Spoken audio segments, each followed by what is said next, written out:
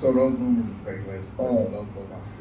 No, man, they say I'm an FBI agent. Yeah, I because you see that a lot. Yeah, I saw that. Well, most niggas who are FBI agents are confidential informants. So if I was an FBI agent and I worked with the police, how good could I be being identified as working with the police? How good can police be? Hey y'all, he the police. Well, how can I get anybody? Yeah. Well, because you brag about getting people locked up. Well, I brag about getting people locked up as a law-abiding citizen who's being threatened by gangsters online. So you basically like you. No, it's not me. You, if you threaten me, why would it's not you? You threaten me. Right. I don't know you. Why are you online threatening me because I'm talking? Why are you online threatening me, asking for my location, wanting to harm me? I don't know you. You don't know me. You know what I look like. I don't know what you look like, but you typing threats. Why wouldn't I say, hey, this guy's threatening me? I'm a law-abiding citizen. If you think I'm the police, why are you threatening me? So if I'm really the police, why are all these guys threatening me? Why are all these guys making videos about it if they really believe I'm the police? Well, Boosie said he stayed away from me. Like, all right. Well, if I'm really the police, why even talk about it? Why even say I'm staying away from it? If they really believe I'm the police. Think about that. So that's what I'm trying to teach kids, homie. These bull. The rappers you're talking about? Because why would they, if they really think I'm the police, why would they bring my name up? Why would they even come toward me? I don't with the police, so we turn away from the police. If I don't watch gay, but I'm not watching gay. It's just, so you don't with the police, why are you online watching? You know, with the police. So if they really believe I'm the police, how can I have 1 billion views on TikTok? I'm surpassing me and Say Cheese TV alone, they got 1 billion views. So they really think I'm the police. How can I garner this much attention? They can't believe I'm the police. That's just the narrative that motherfuckers hide behind in this culture because everybody's playing street. If I'm not a street person, why do I give a fuck about a snitch or the police? Why do I give a fuck about snitching if I'm not a street person? I go to work every day. Why wouldn't I like a snitch? Mother breaking my house, I want somebody, hey, who told somebody mother broke my house? I'm about to tell. When my mama gets shot or killed, I want somebody to tell. So you mean to tell me you don't want nobody to tell at all? It don't make any sense, bro. Yeah, it doesn't matter. You mean to tell you don't believe the police is good in no situation? Come on, man, we got to feel that. Yeah. So that's what I showed up to do. I showed up to be the Robin Hood for good, a law-abiding citizen. Neighborhood crime watching. Kids tell. Tell if you see something in school. Yeah, man. No, it's all right to tell. If 4 motherfuckers riding in the car and you can't fight and you scared to go to jail, tell. Tell to get out of jail. Stop wasting money. Tell to get out of jail. It's a new day. It's a new day. Oh man. Tell to get out of jail. Yeah, that's my motto. Put that on a shirt. Yeah. Get out of jail. Yeah. Okay. Do you think any of these rappers are snitching or they're informants? Yeah, I think a lot of them. Really? Can you name a few? I think all of them. I think all of them. All of them? Because for one, they're snitching in their lyrics. That's a fact. Yeah. That's the number one fact. But sometimes There's no buts. But lyrics are lyrics to me. No. Not lyrics aren't lyrics. Lyrics used to be lyrics when we had studio gangsters. Eazy-E and Ice Cube and them were studio gangsters. Those were lyrics. Tupac was the first one to start trying to live it out the lyrics with the hit 'em up. That's when it started. When Tupac started going with the hit 'em up and going, that's when they started living out. That's when they started trying to really live according to what they were saying. Prior to that, it was studio gangsters. That's why Tupac and them was shaming MC Hammer for being a pop culture. So now we making rappers have to live up to their lyrics. Now these niggas is rapping real because if they were just rapping lyrics, we wouldn't have never knew about smoking too. Is that what you feel about Dirk? You feel like that Dirk says is real? We wouldn't have never knew about smoking too. If it wasn't real, the FBI wouldn't have never been able to start FBG if they wasn't real lyrics. Wow. So they're snitching on themselves. If they wasn't real lyrics, then we wouldn't know about some of the things that King Von was about and what he was talking about. He made a whole song about somebody.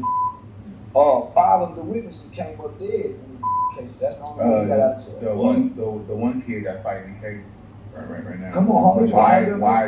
I talked to one of the victims' aunts, homie, years prior to the case. Do you think he's guilty? I know he's guilty. Science says he's guilty. Science. Yeah. Oh yeah. Science. They definitely told him not. Yeah. Part of a pack before. It's like a talking dog movie. It's seemingly super sweet, but it's filthy. I said he's guilty. Logic and reason says he's guilty. 2 of your friends show up dead, and you don't have no explanation. You can't get no identification. And you're a shooter. You're a shooter. How you say in the lyric, you don't see nothing. And don't nobody come up dead for it. Yeah, nah, homie. I'm part of the culture. I'm from the culture. I once lived in the culture. I once submerged myself in this culture and believed in my heart that what they said in those lyrics is what we should live by as a biblical term. Yeah, I was a kid that was I used to live by those words. Only to realize we was tricked. We were being tricked, homie, played on with the rap, listening and believing. From the way we get high, we don't know what to the start telling us. We didn't know shit about purposes till they start rapping about it. We didn't know what this opioid was till they introduced us to it. Now they got us on fentanyl. Kodak Black said, I knew they got the babies on it because we grown. We have logic and reason. We have a developed brain. But we're not listening to this with an undeveloped brain. Our babies are. Me and you ain't shooting right now. The babies are. When me and you were growing up, 10 and 12-year-old wasn't drilling. They 10 and 12-year-old now. They on the fentanyl. They popping the pill. Even though I know it's fake, I still ate it. They the gremlins now. Wow. So they telling us what pill. How can we ignore it? So I can't ignore it. I've been working with kids for too long. So what I did, I came and hold up a mirror to the culture. You, Chad, you suck my you crack. So that's how they talk to one another. And if you don't talk like that, then nobody listen to you. Wow. So you think the messaging in hip hop is damaging? Yeah, very damaging. No, it is. Yeah, very damaging. It's programmed. It's almost propaganda like the Germans used. It's the same propaganda that Hitler used to create this fear and this hatred toward the Jews. It's almost the exact same thing in the cartoons and the messaging, except we're doing it to one another. We can't blame the music industry, right? Because they don't write the lyrics. They don't. Do you feel like they're pushing homosexuality on kids? Yeah. I think children are being fed what adults are fed. There was a time in this country when everybody knew on Saturday mornings that there would be no advertising played during the commercial time when children were watching TV. The minds and the ears and the eyes of children were off limits to advertisers. Now, because of social media and technology, advertisers have full access to our children's minds. Television have full access to their souls, their minds, their will, and their emotions. We can't censor what our kids see anymore. So I don't think they're just pushing homosexuality. I just think they're pushing adult reality, life off on children, and leaving it for them to have to process and filter. Or to the other, and because if you're poor, it's hard to filter what your children see. Their innocence is being taken away at a young age. As early as they can start to understand stop, don't, yes, and no. Because what's one of the first things we give a child once they start walking and stop sticking in the plug? We give them a phone to look at. And they start hitting the phone. Well, it's convenient for a single mother because it keeps the kid busy, it keeps them out of trouble. It keeps us more time for us to look at our phones. When they get through looking at the phone, what do they pick up? A fucking joystick. Now they're on the game. So they never, and from what I see, they interacting with adults on the phone, and then you look up, they got them goddamn headphones on, arguing with another grown was shooting bullets on the Call of Duty across the world. So I heard T.K. Kirkland say this morning, social media have now allowed children to sit at the table with adults and have a conversation. And that's why I really respect this line. As far as the authority goes, they're talking back to the teachers, the police officers. Yeah, because they'll get online with me believing I'm a 53, 60-year-old man and so shit out of me. Yeah. Say some of the most horrible things. I mean, man, you think I'm old? And they say they'll kick your ass. You think I'm old? And you'll kick. So that means you'll kick your uncle. That means if you catch the drunk uncle at the family reunion talk, you'll kick it even though you know he's 60-something years old. So that's the generation of young guys we got today. The old dope fiend in the neighborhood, you give him a pass. The old drunk on the corner says, you out. You know, even if he swing at you give him a pass. He's old, man. Come on, Yeah. The old woman coming, you get past it. This is the generation, they ain't giving past to nobody. So at some point, we have to define what's right and what's wrong to this new era and new generation. But we think, okay, because we say you don't, but the culture do. Because if we didn't, we wouldn't say freedom. If we did think it was okay, there would be no way King Von would have a mural in Chicago when there's documentation from the government and state and local authorities that killed over 5 or 6 people. So if he was still alive, he'd have been in jail anyway. This is what I'm saying. He has a mural, and this culture celebrates him. Our children love him. Those are seeds who think it is okay. And nobody in this culture has ever came out and denounced and spoke out against him. You have celebrities who go take pictures alongside of that mural, play basketball with the kids. So I'm saying, come on, homie, we embrace this. So I once put together an event with Tuka's mother, FBG Duck's mother, and I called the event Change Me. So I got Tuka's mother, FBG Duck's mother, I got Lil Snoop's mother, man, who else mom? And Mo 3's mom. Also, I got a criminal court judge who oversees all the juvenile murder cases in Tarrant County. Then I got the head prosecutor of the homicide division in Dallas County who oversees all the young cases. And I got them on stage, and then I went and got 4 guys who committed when they was children. Wow. And I wanted to recreate what a trial would look like in the form of a town hall meeting. And I called it Change Me.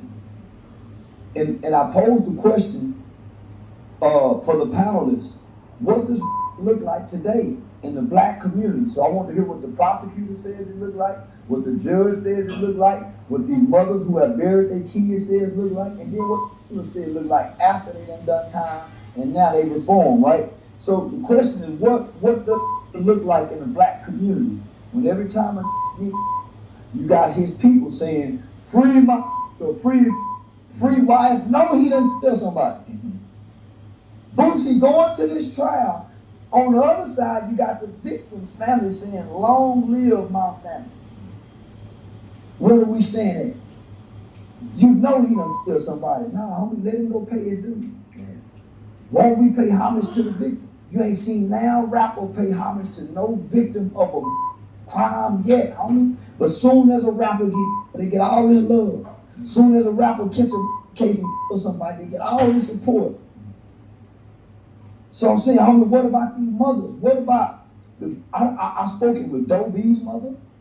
Homie, she's suffering and struggling. I spoken with two. Dude from Dallas, right? No, Doe B is the one out of Alabama that T.I. had with the patch on. Oh, that's okay. Mo 3 from Dallas. Oh, okay. I've spoken with Soldier Slim's family. What about Dog? You spoke with students? No. I went to Memphis the day of the funeral and spoke at Sherwood Elementary School the day after the funeral. And saw how somber it was. The children are the victims. Because what it looked like, homie, is are just as prestigious as NBA players in the black community. Wow. And praise. Yeah. It's crazy. They're admired and they're honored. Yeah.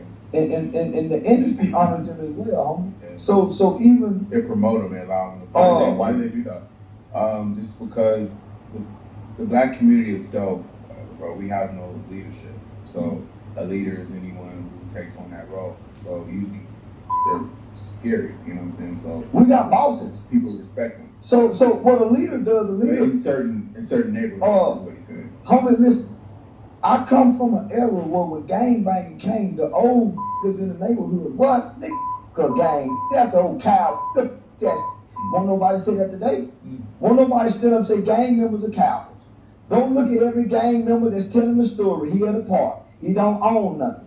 His woman helped him get his credit together. He don't own no shoots in the house. He can't fix nothing. But we honor these OG so-and-so. Man, so when you hear Whack 100 and all these guys uplifting this own power room, they make it seem that this is as if power room, as if Crip, as if Blood, as if GD and BD is something honorable, and it's not. They ain't shot a gun at a white Klansman.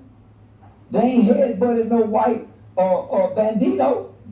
When they go to jail, they get along with one another so the Mexican don't run over.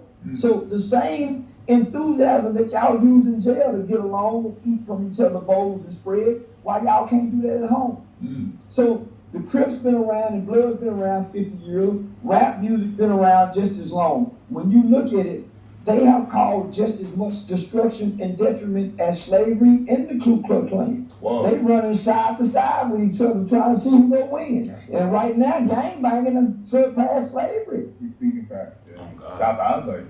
Yeah, because they have a huge influence. You gotta understand. He's saying that it was just as detrimental as slavery. Yes. It's the influences, the constant influence. Every time you turn on the song, anytime you go to a hood, it's being pushed upon you.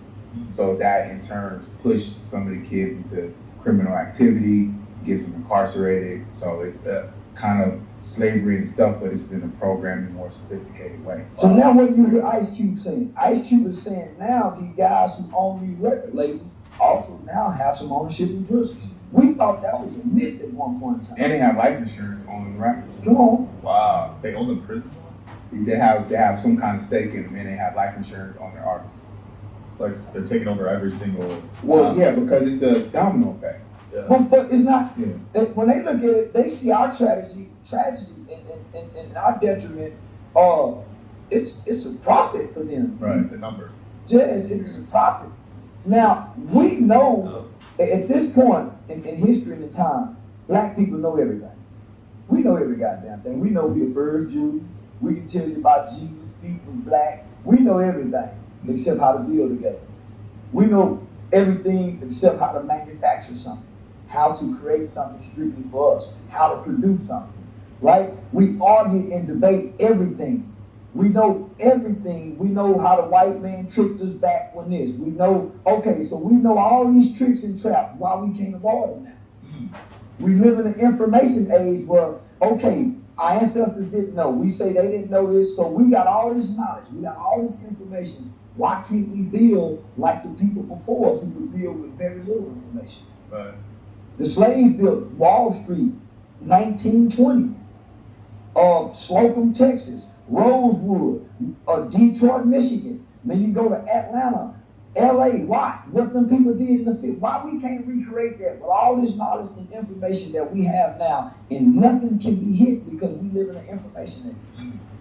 We live in an information age where at this point in time, we can find out about anything. We can learn how to do anything. Why we can't come together and do it since we know so much? It's the culture of the music. The music, at one point in time, You don't believe it's the divide, though? You don't believe that black people can't work together because we don't want to work together? I believe we will never work together. Yeah, because we don't want to work together. Doc, hi there. I'd love to show you what a K-12 powered school is. I believe we don't want to. Yeah, we don't want to work together. So it's not the fact that we can't do it; it's because we don't want to do it. I think it starts in the home. I think how you work together is based on how you work together within your home. Black people no longer sit down at the table and eat together. There used to be a time in America, particularly in southern black homes, where you had supper time. Everybody tried to make it home by supper time. And if you didn't make it home by supper time, you had a reason why you wasn't at the dinner table to eat with your family. Making it home by supper time and sit down and eat with your family allowed you to bond and repair. As a father, as a mother, you can look at your son, boy, why your eyes red? What's wrong with you? You can look at your daughter, hey, what's that on your neck? So now you get to examine, as well as, hey, mom, can you pass me the pizza? Now y'all break the bread with each other. Hey, can you share me the macaroni? Hey, can you pass me the bread? Psychologically, how that instills something. So you begin to feel guilty when you miss supper time. Oh, mom, I'm sorry, I got to do this. Now, homie, we get our plates, we put it in the microwave. You go that way, I go that way, I go in the room. Or we go to a restaurant. And we're in the restaurant. We're not engaging. We're looking down at the phone. We're not engaging. Going to a restaurant used to be a treat, a family treat, not a family trip, which you did regularly, right? That's how you build and bond with the family, cooking and eating at home. That's why the elders always brought everybody together at some point in time. That's why we all eat together as a family. It seems like it'd be the best time of life. Then we got to do this again, everybody. All we got to do is for a fact. So we've gotten away from that culture, right? Now this subculture, which was the hip hop culture, is what, 40, 50 years old. It's our primary culture, homie. There's no more LL Cool J. There's no more niggas who make music just for the ladies. There's no more Public Enemy. The conscience, everything is gangster. So that's the complete culture now. Drill and drugs. It's drill and trap, and then there's drill, trap, and then there's Drake, J. Cole, and Kendrick, which I feel like they're set apart. Then there's Lil Russell too. I Lil Russell. I never even heard of him. Lil Russell? He's on the base side of the bay. He's independent. What's in the ears of the youth? Because that's how you check the temperature of a country. You check the temperature of the country by engaging youth, what they listen to and what they saying. Well, most of them listening to Dirt, Young Boy. That's all I be pretty much in the Dirt, Young Boy. I hear King Von. I don't want to hear King Von no more. I see it every day. Every day, all day in the comments. Do you feel like Thug is gonna get out?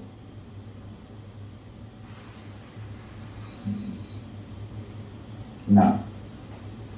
Like he's done? No, I don't think he's done. But you don't feel like he's getting out? 95% of people return back to the community, but I believe he's going to do it. They've caused so much damage and destruction between those two entities, Thug and YF and Lucy Little Crew. Almost a lot of people died behind that and what they were doing. I don't think Gunna snitched. Well, when they asked Gunna, was he a part of a gang and was YSL a gang, and he said yeah, then he snitched. Do you feel like that's snitching? Yeah. He is a part of it though. Yeah, I feel like that's snitching. If he was supposed to say no? He wasn't supposed to talk, period. Or he was supposed to say nothing? He supposed to go to trial. And you feel like he would have got out anyway? I don't feel like what he should have done. I don't feel like none of them would have got out because everybody's snitching on. There's no solid crew. The mafia broke. Sammy the Bull one of the coldest. They people with Sammy the Bull, and he individually killed people. These guys are snitching in lyrics. How do you think they're all arrested? They got over 300 phone conversations. Yeah, but they couldn't use none of them. Well, it don't matter if they could use it. That's how they made the arrest. And even if they can't use it, they still got at least 10 or 12 of them to plea-bargain 10-year probation, 5-year probation. Because they know they're going to violate it. Not only that, by them saying I'm guilty with this, it also says he's guilty. Remember, this is a state RICO. It can always go over to the feds if it don't go right with the state. And the Fed's got a 98%. It can always go conviction rate. because the state might fall. Well, the feds will come in and we gonna get it right if y'all won't. They did it with Boosie. Boosie got out. Boosie didn't get out. Boosie was pleading guilty that day, and the feds said, "Okay, drop it. We're gonna pick it up." They don't just the feds tell the state to drop it so they can pick it up because you can't double jeopardy. Oh, okay. I see what you're saying. You can't double jeopardy now. So the state said, but if you know what he did, Boosie was going to go plead guilty. He wasn't going to fight that. And when you look at the level, homie, and the extent that they went to make an arrest for a pistol case at a rapper, There's more to it than that. well, it's not more to it than that. If we were smart, we'll know that these were just dumb. They've been telling us about the rap police for how long? Forever. They've been telling us the feds watching rap police. Either they bullshitting us or they some stupid ass. They've been telling us the rap police watching, the feds watching. Okay. You with real gang members. You in a real gang neighborhood. Man, you supposed to be a boss or a king. Why you moving down here with these cousins like this? Man, I got higher security, man, with a real company. I see. And them out of LA. Yeah. So you know what you gotta do in California to get your gun license to be able to meet the requirements to have what they have? And they boxing. They're ball with Crawford. Wow. Box. So, nah, man, I went and got professional. I ain't getting no toting gun playing security. Yeah. Leaving the gun out the bag. So who's your top 5 rappers? Young Jeezy. My top 5. Okay. My top 5 is Tupac. Okay. That's you see what I got on my shirt. But never even get go with confidence. Okay. Tupac, Pimp C, T.I., Jeezy, Lil Boosie used to be one. I shit out Lil Boosie. Yeah, fuck with each other. Well, Lil Boosie, he lost his mystique when he started getting on the internet. Yeah, he lost his mystique, homie. He should have stayed off the internet. He ain't, now he lost his mystique. And then, Kanye. But now, man, Andre 3000. That's a good one. Yeah, Andre 3000. That's a good list. Yeah. But doesn't Tupac contradict your statement of promoting violence? Well, I don't promote violence. I promote self-defense. Tupac broke my heart, homie. Tupac is the reason my mind started shifting away from gangbanging. Because as a kid, you're just trying to find an identity. 13, 14, 15, 16, your uncle a pimp, you think you want to be a pimp because he indoctrinated you. Then, you got the dancing part of the culture. MC Hammer, Big Daddy Kane, so we dancing at one point in time. We go from dancing to all of a sudden, Chipotle. Man, that was a big shift. So now you got colors. So as a kid, you're adapting to the culture, right? You don't have no traditions to keep you. Black people don't have no traditions to keep us grounded in our values and our morals and our principles, right? Why do you think that is? Because we're not upholding the traditions of our elders. Dr. King said, let's go join them. And in the process of going to go join them, we abandon us. We used to know how to grow our own food. Not too many today don't know how to go put no seed in the ground and go fucking thing. We used to know how to fish. We used to know how to hunt. If the car broke down, we used to fix the carburetor. We used to fix the alternator. Kids don't even know how to fix their bikes now. Little boys' bikes get on flat, that motherfucker, they quit riding. You don't even know how to fix the tube no more. We used to know how to take the motherfucking towel, get the glue, find the hole, we don't know how to do that no more. We used to know how to hook up our own stereo systems, our own boom, boom, boom, boom, boom, boom, put on our own tent. We're not skilled with our hands no more. We think we know how to shoot guns. That's why we got the Draco. We don't know how to shoot. We don't go to the gun range. We don't hunt. We don't do nothing, homie. What tradition do we have other than watching our mamas get dressed and go to work? Learning how to cook, because mama done left us at home by herself. So we don't have none. So while we at home sitting in the house learning how to cook, we turning on the television. And the television telling us what we should become. We're putting on our headphones. The headphones is propagating and glorifying what we ought to be. And so when we come outside, we see like him Look like the guy on television got all the girls. Look like the guy across the street getting up going to work dirty every day. They laughing at him. So that's why, homie. So the culture went from us dancing on stage. Big Daddy Kane was the coolest, smoothest dancing rapper we had. MC Hammer came. They started shaming him for wanting to go pop. They started dissing him for wanting to go pop. So as a kid with your young and impressionable mind, you're forming these opinions and thought about what you want to be with this undeveloped brain. You don't even have logic and reason while you listening to it. That's why they have those three monkeys that has see no evil, hear no evil, speak no evil. Those are supposed to be the babies. So as parents, we supposed to be saying, man, what you listening to? Man, let me hear that. What are you listening to? And then try to help them understand. Do you think he's really doing this? So nobody's breaking down, and it's like debriefing them who've been held hostage. Right. Nobody's debriefing these kids on this bullshit, and we know it's bullshit. We know this being rapped to these kids and us is bullshit, and nobody's attacking. That's why you attacked it. Well, those are my convictions. Now, I didn't plan to do it. That wasn't my plan. I just came to the internet talking about my neighborhood. These boo-dad Crip and Blood, my neighborhood. Right. And the other Crip heard me online saying it and felt, you can't say that about Crip. Oh, no, y'all. I'm talking to you in my city. And so I started with my local rappers, the Go Yayos and the Bugatti Casinos and the Mo 3. I was on Trap Boy and them Freddie Neal, they were doing all this shit with Mo 3. So I started with my local rappers before I started. So it's just, I didn't plan it. Those was just my convictions from working in the community and seeing what was growing. And as a black man that lived amongst other black people with black children and got white friends, the problem ain't with our white counterparts.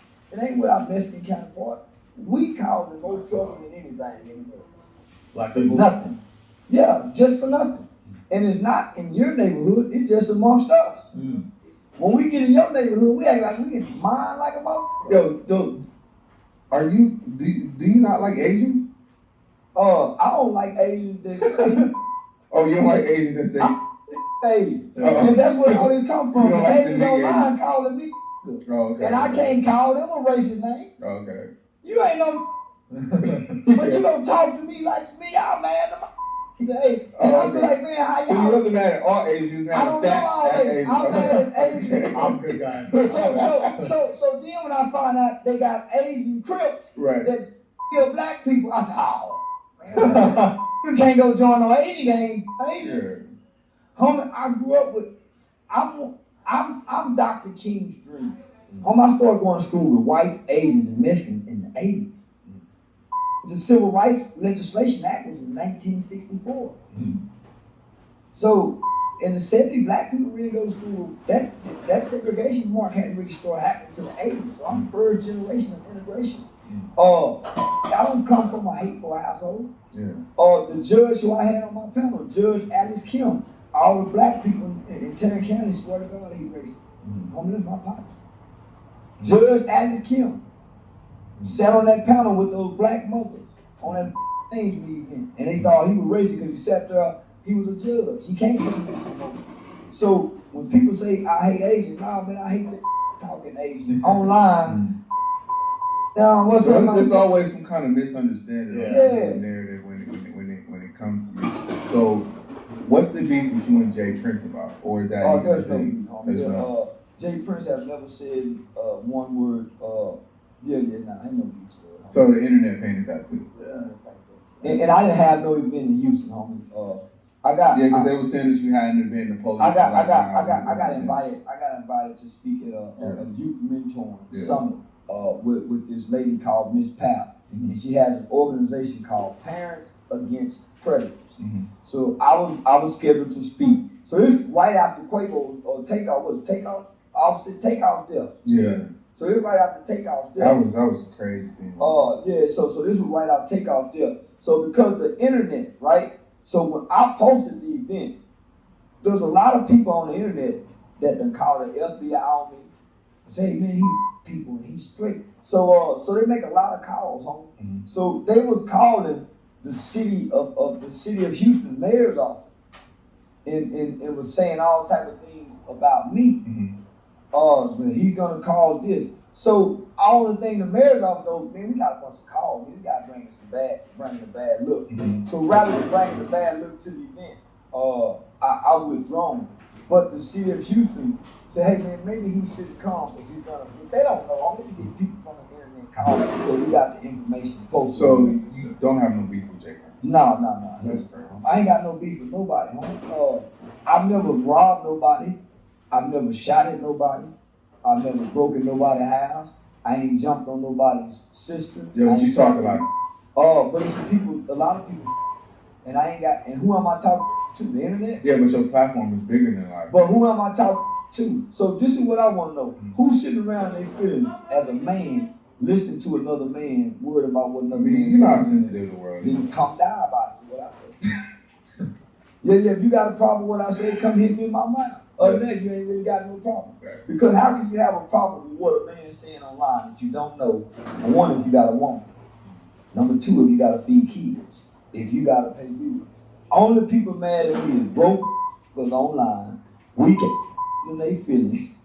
People who ain't got nothing else better to do in life but to listen to what another man's saying, because I don't send out invitations to be heard. You can't find one video where I say, hey, y'all like, share, subscribe. I don't never do that. I don't post my cash app. I say, y'all hit my cash app. You got to get online and talk without a script. And all of my conversation is based off what's written in the comments. Yeah. You better not come to New York. Oh, New York. Oh, he's this New York. Man, you better, King Von behind you. Fuck King Von. So that's all my conversation is. They say you never get hate from people doing better than you. So.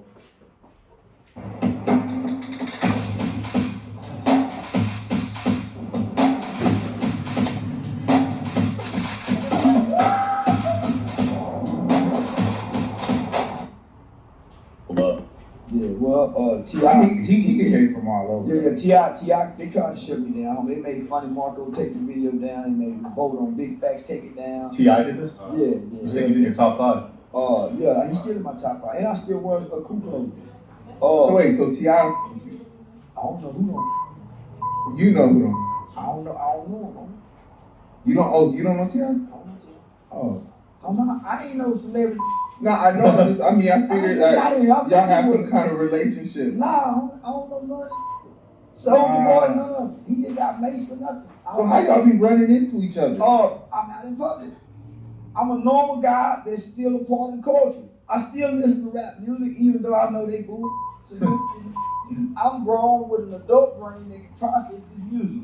I listen to Luther Vandross, even though he might be gay. I listen to Freddie Jackson, even though he might be gay. I still can rhyme. Yeah, so I can decipher. So I'm still a part of the culture. I still love the culture. I still love my people.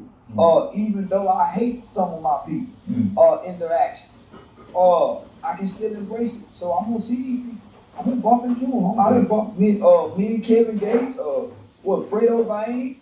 Man, I done seen all of them, homie. What's the one out of DC? T really from Detroit. What's the one out of one be going T-Real out of I don't know. Fat Trail? Fat Trail, that's his name. Fat Trail from DC. Yeah. So I done been to me and Fat Trail, homie, I see them all. And what's next for you and what are you trying to promote, man? Man, you know I'm Live Nation coming to it. Oh, you on Live Nation? Yeah, You got a show tomorrow, right? Tonight and tomorrow. Mandalay Bay, man, House of Blues. House of Blues. I'm hosting T.K. Kirkland, Grown Folks Talking to, man, sponsored by Live Nation. 56 cities, 4 countries. So your summer's over. You work. Yeah. From October to now, October BT weekend in Atlanta was my first comedy show. Mm-hmm. I sold out. Wow. At the Uptown Comedy Corner. I've done 30 shows since then. I've sold out 28 shows. I just come off doing 5 shows in Jacksonville in 3 days. Show in Tampa, 2 shows in Orlando. Now I'm here to do a show in Vegas tonight. I'll be in San Diego tomorrow. So I got the podcast. I got my own podcast, the Game Related Podcast. And then they just sent a contract this morning, man, for me to fight Fly Soldier with Let's go. I'm gonna watch that one. He think he can kick me. So how much is the purse? I don't know. I'll tell y'all, Cam. Okay. That's a big one. Wayne?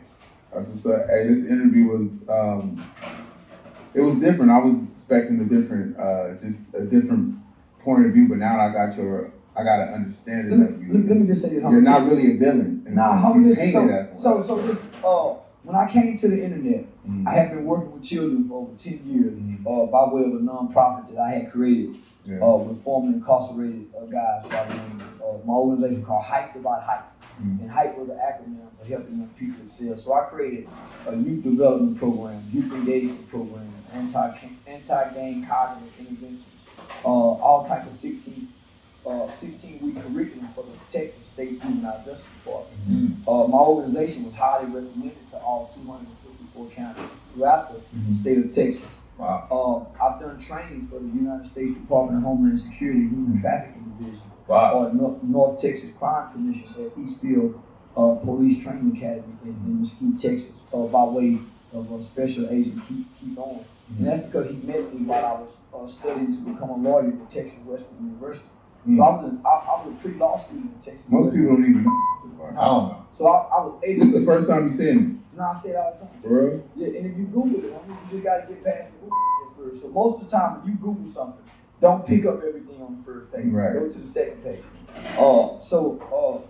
Not only that, man, I work with a national organization called Campaign Fair Sentencing for Youth out of Washington, D.C., and I became a part of an organization called ICANN, which is Incarcerated Children's Advocacy Network, and we worked on different laws and legislation in America, and ultimately we got juvenile life without parole abolished in this country in 2016. Wow. Up until then, only 3 countries had that law: North Korea, Sudan, and America. So we got that abolished. So we had to operate to the Supreme Court. I've been on the front page of the American Bar Association journal. So I showed up to the internet with all of that background and experience, and I had just dropped out of college. I was 2 semesters away from applying to law school. So I showed up a frustrated community activist who was a single father at the time as well. My baby mama had just went to jail. She had been on the run. So my life had transitioned to wrong choices in life just got me to the point, homie, where I just said, man, I don't want to do wrong anymore. I want to do right, and I want to be right. I just want to be a good person. And so when I showed up to the internet, that was my mindset. So the internet was I came trying to uplift, but what I saw is too much negativity pushed in the algorithm for a guy like Eric Thomas. You know what I'm saying? So I actually worked in LA at Diamonddale Adolescent Group Home. So I was working with the kids that were coming out of the youth authority, going back into the hood. I worked at nighttime, loved me. And in the mornings, I woke them up listening to Eric Thomas, the positive message. So I brought something new to the juvenile aspect in LA before I came to the internet. But I didn't come to the internet to do that, right? I wanted to monetize. How can I get things where I'm not a struggling community activist begging for financial help? Yeah, that doesn't pay the bills. No. And then when I realized that content creation can make you rich, I started studying how to become more effective on the internet. And that's where the shock jockey and satire comedy comes in. So that's why you'll see a switch and he's playing a villain. Yeah. That makes sense. I saw what worked. Yeah, that makes sense. All right.